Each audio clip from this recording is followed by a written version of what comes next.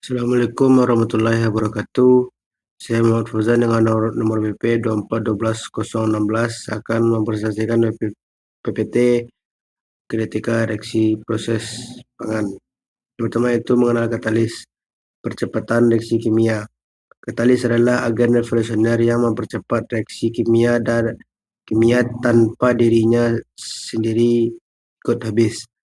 Mari kita dalami bagaimana zat menakjubkan ini bekerja dan mengubah industri. Apa itu katalis? Katalis adalah zat yang berfungsi untuk mempercepat laju reaksi kimia tanpa ikut habis atau berubah secara permanen pada akhir reaksi. Katalis bekerja dengan menyediakan jalur reaksi alternatif yang memiliki energi aktivasi lebih rendah. Dengan adanya katalis, reaksi kimia dapat berlangsung lebih cepat meskipun pada kondisi suhu dan tekanan yang relatif rendah. Katalis tidak mengubah kesetimbangan reaksi, tetapi hanya mempercepat tercapainya keadaan seimbang tersebut. Bagaimana katalis mempercepat reaksi? Yang pertama itu menurunkan energi aktivasi. Katalis mampu menyediakan jalur reaksi dengan energi aktivasi yang lebih rendah, sehingga molekul reaktan membutuhkan lebih sedikit energi untuk bereaksi. Yang kedua, meningkatkan tumbukan efektif. Dengan energi aktivasi yang lebih rendah, jumlah tumbukan yang berhasil antar molekul reaktan meningkat secara signifikan, mempercepat laju reaksi. Ketiga yaitu membentuk senyawa antara. Beberapa katalis dapat membentuk senyawa antara yang lebih stabil dengan reaktan, memungkinkan reaksi yang berlangsung melalui tahapan yang lebih mudah dan cepat. Katalis homogen, kontak sempurna, fase yang sama dengan reaktan. Katalis homogen berada pada fase yang sama dengan reaktan, biasanya dalam bentuk cair. Ini memastikan kontak yang sangat baik, menghasilkan aktivitas katalis yang tinggi. Contoh aplikasi yaitu terbagi dua, asam sulfat H2SO4 dan natrium hidroksida NaOH. Yang kedua yaitu banyak digunakan dalam reaksi esterifikasi dan transesterifikasi di industri oleokimia dan bioenergi.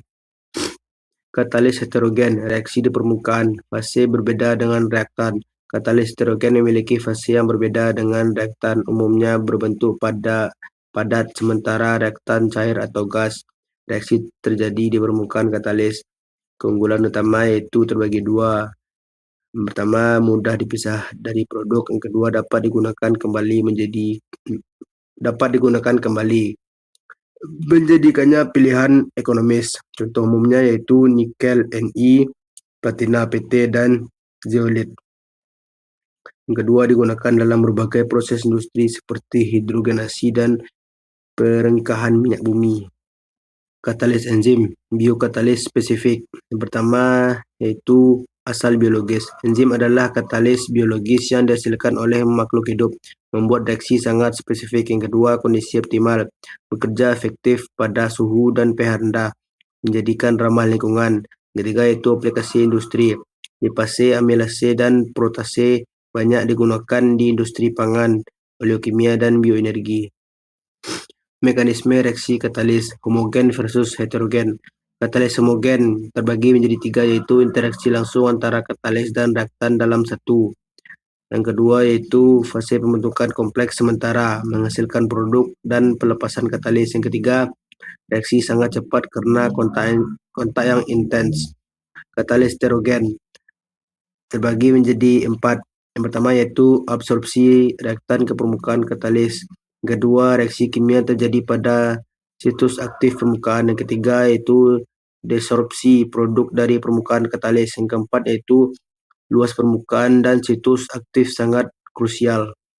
Mekanisme katalis enzim, kunci dan gembok. Katalis enzim bekerja berdasarkan model kunci dan gembok. Substrat reaktan menempel secara spesifik pada sisi aktif enzim, membentuk kompleks enzim substrat. Setelah itu, reaksi kimia terjadi, mengubah substrat menjadi produk. Begitu produk dilepaskan, enzim kembali ke bentuk semula, siap untuk mengkatalis reaksi lainnya. Mekanisme ini sangat efisiensi, dan selektif. Keunggulan dan kelemahan berbagai jenis katalis terbagi menjadi 3, yaitu katalis homogen.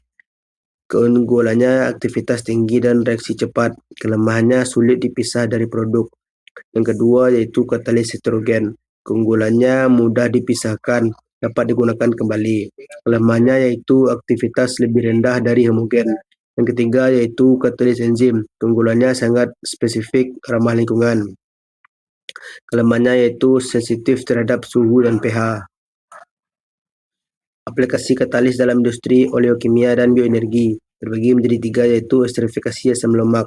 Katalis homogen digunakan untuk menghasilkan ester, bahan baku penting dalam oleokimia. Yang kedua yaitu hidrogenasi minyak nabati. Katalis heterogen, misalnya nikel mengubah minyak nabati menjadi margarin. Ketiga yaitu produksi biodiesel enzimatik. Enzim seperti lipase menawarkan metode produksi biodiesel yang lebih ramah lingkungan. Dunia katalis, struktur, jenis, dan kinerja.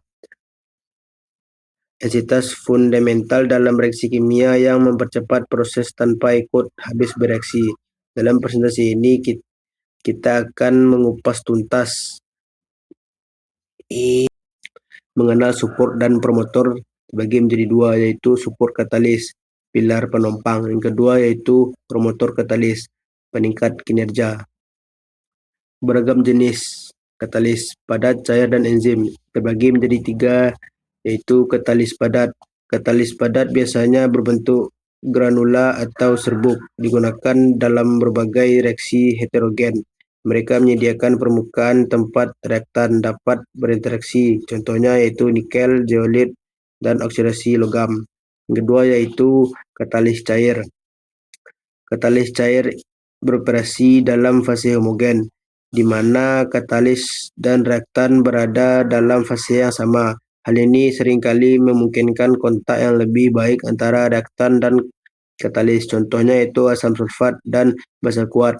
Yang ketiga yaitu katalis enzim.